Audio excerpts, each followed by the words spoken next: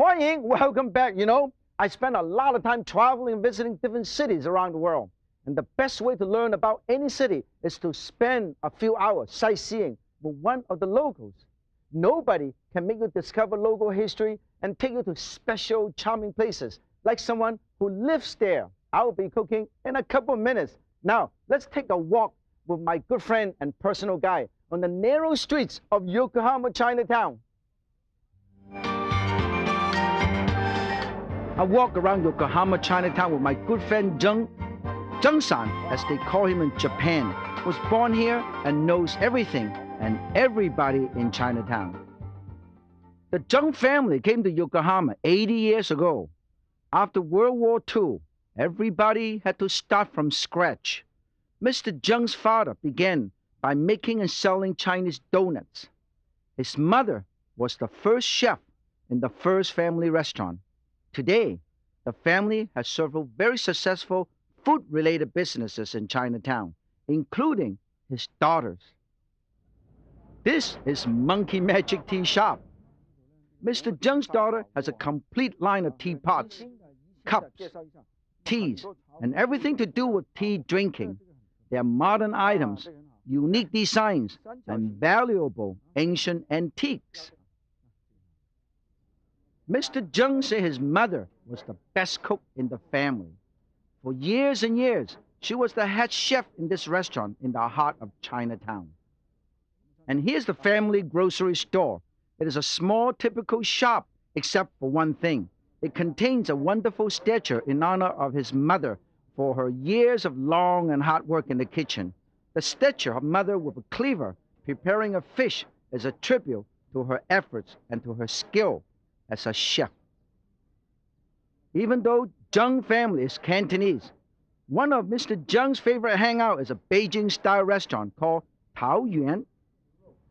Chef Yang-san has the most interesting way to prepare pork chops. After he tenderizes it with the back of his cleaver, he coats it and deep fries it until it's golden brown. First, you deep fry the pork chop.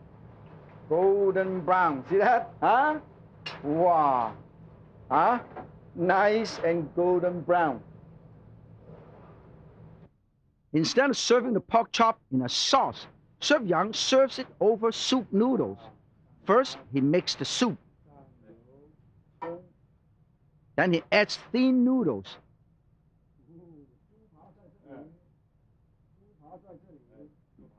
And the pork chop, it goes right on top. Next on the menu is beef in tartar sauce.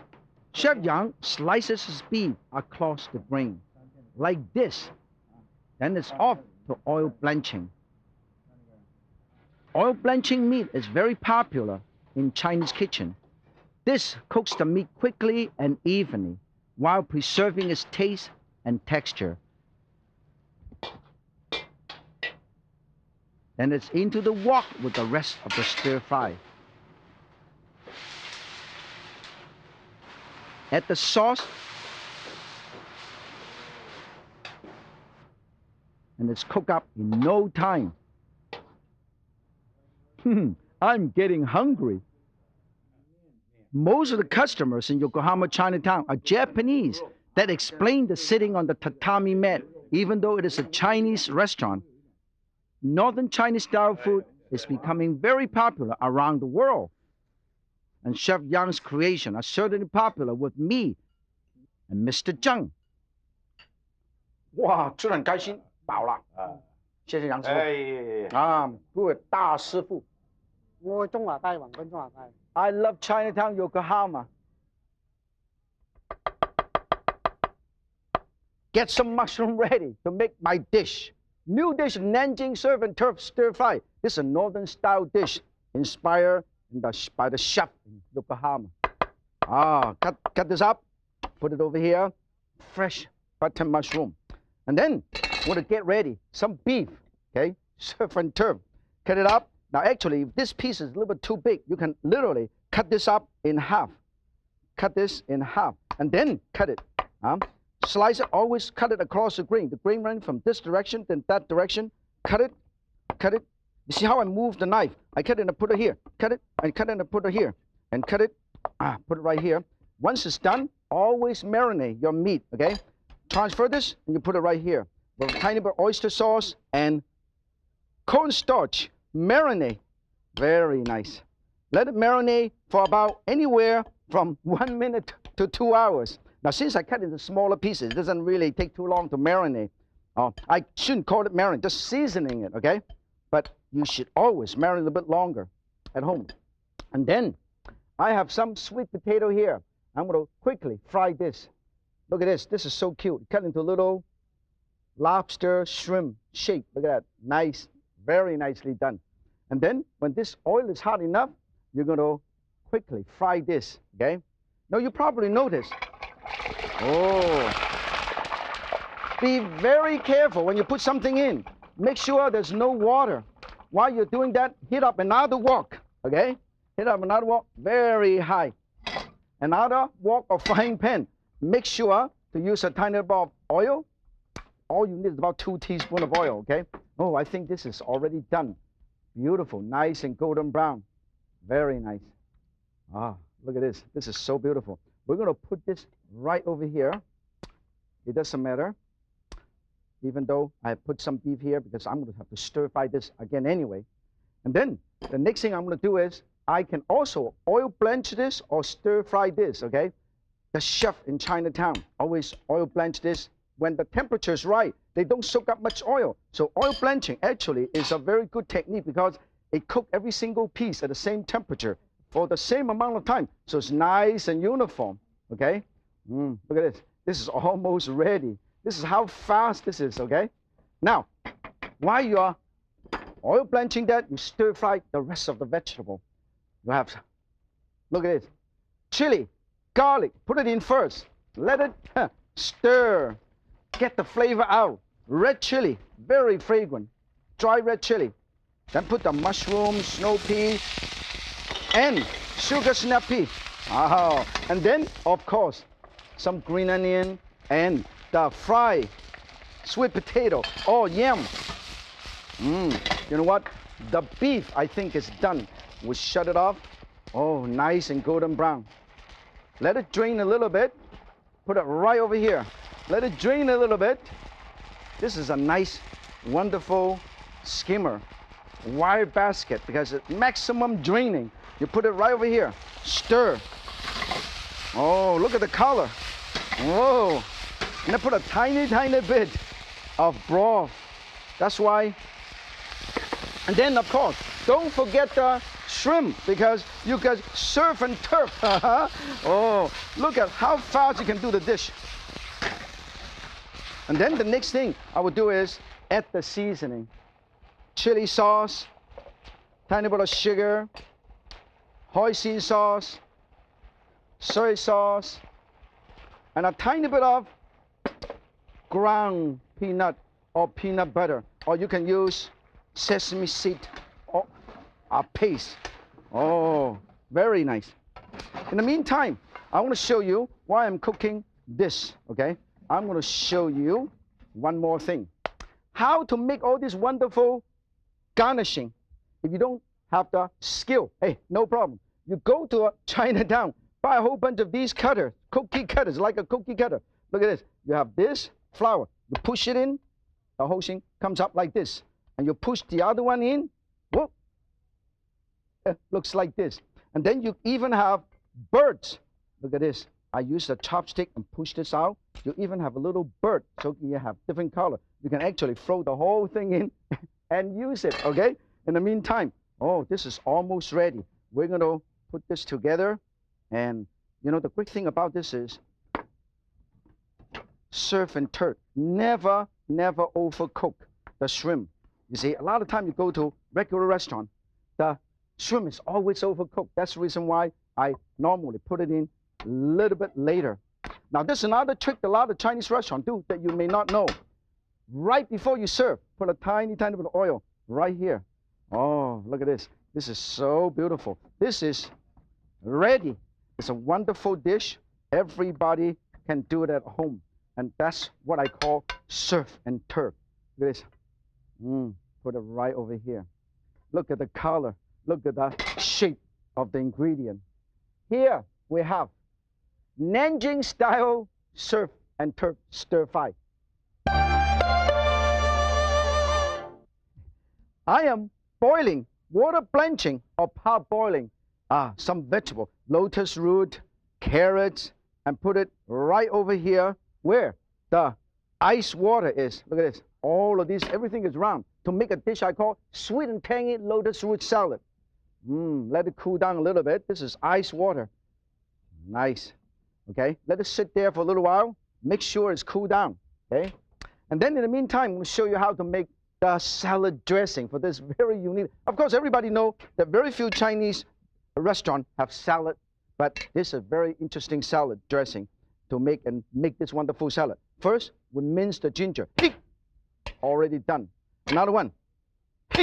Already done. You see? Very simple. I'm going to put this right over here. And then, of course, I want to have some nice chili. You see? This is how you get rid of the seed. You move these, and you move these, and you move these, and the whole thing comes out, and the seed is all gone. It's beautiful. This way, it's not as hard. And you cut it up. Okay? And then you cut into little dice, very basically like mince, chop, finely chop. This is what you call finely chop. And then you put this also in a bowl, okay? And then, of course, always clean up. We have some mint and cilantro. Roll them all up like that. Nice and easy. You can do this way ahead of time, okay? And then you, once again, chop it up.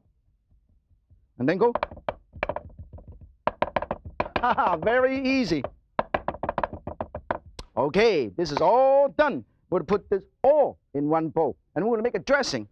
Now, this is the dressing. I have some rice vinegar. Okay? And I have some lime juice. And also have some sugar.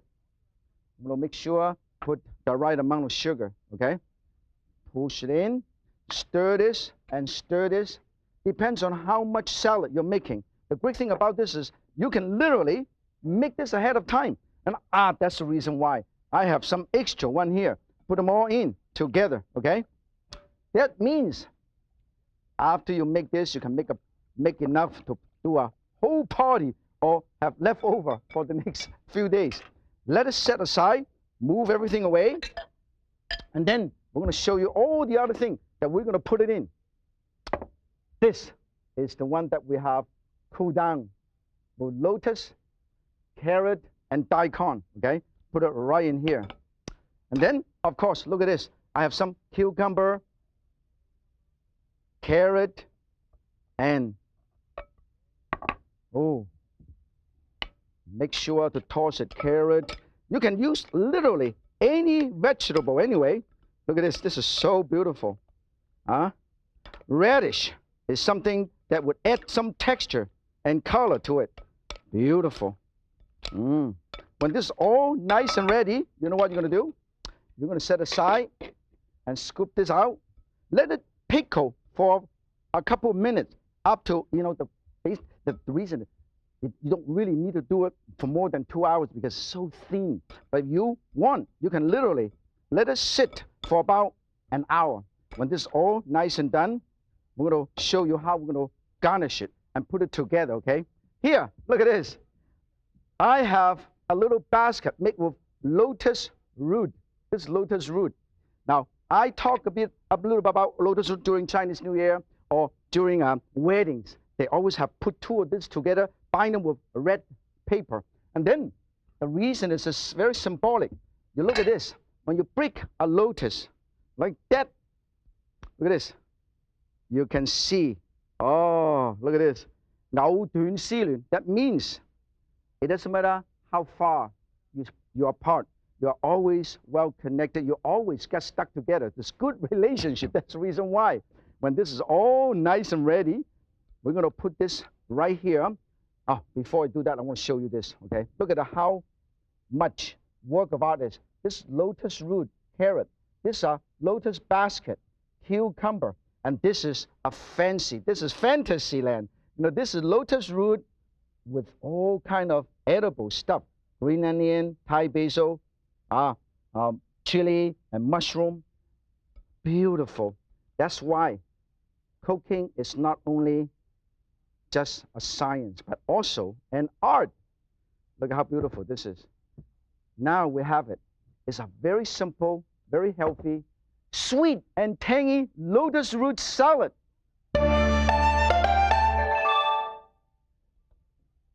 Before I start cooking, I want to share with you a moving experience I had with my good friend Mr. Zhang of Yokohama. Not only did he honor his mother by making the food she taught him, he also wrote a wonderful poem. This is it. Oil, salt, rice, noodle, and vegetable, fish and meat, salty, sour, spicy, bitter, fresh, and sweet. Mama works in the kitchen, busy and happy. The children laugh and enjoy their food. Ah, that's so moving. And you know what? I want one day to write the same poem to my mother, because my mother taught me everything I know. So I might want to become a culinary poet. Now, I am braising some cellophane noodle. Now, we talk about cellophane noodle. We use cellophane noodle, which is made from mung bean flour.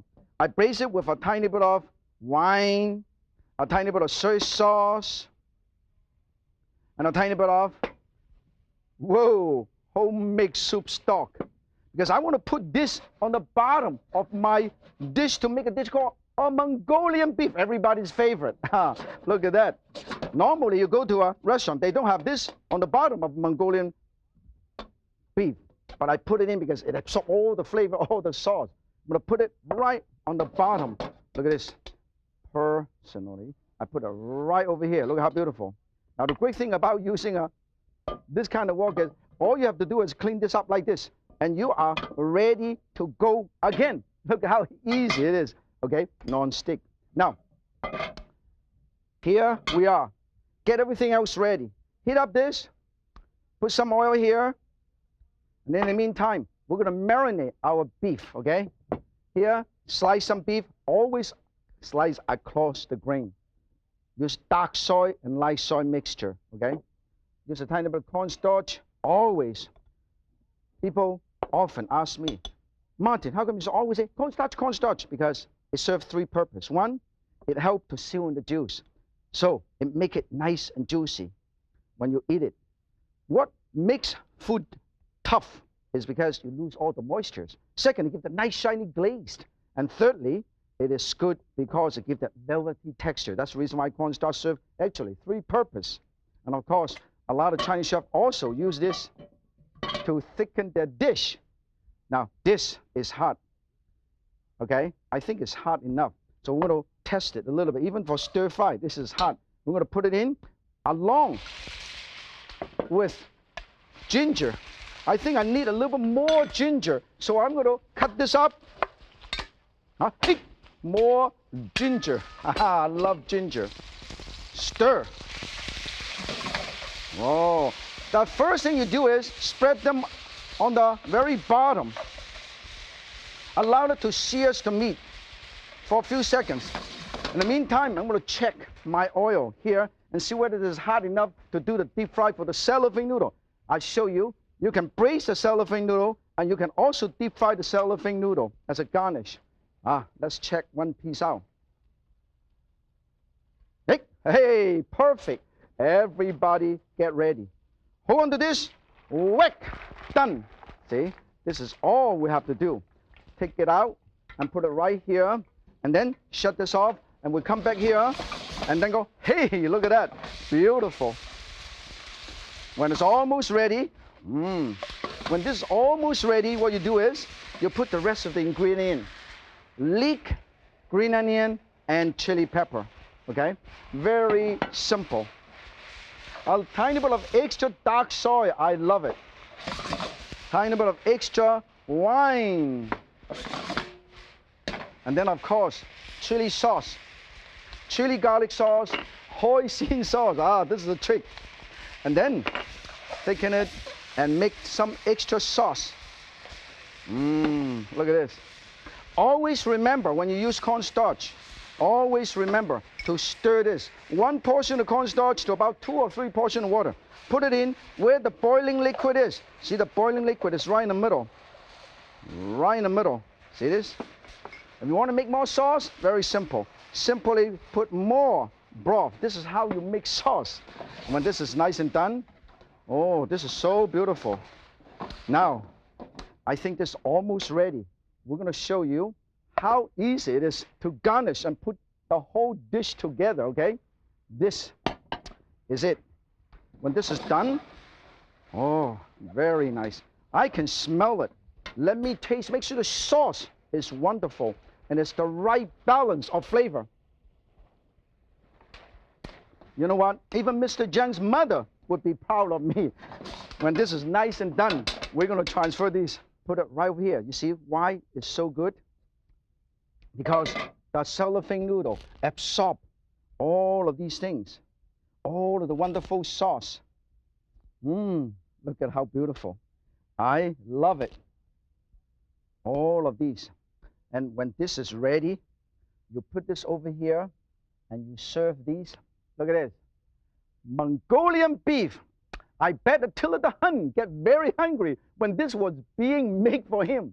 And so is the entire crew. They are ready to invade with their chopsticks. So see you next time. Remember, if Yan can cook, so can you. Sayonara. 再见.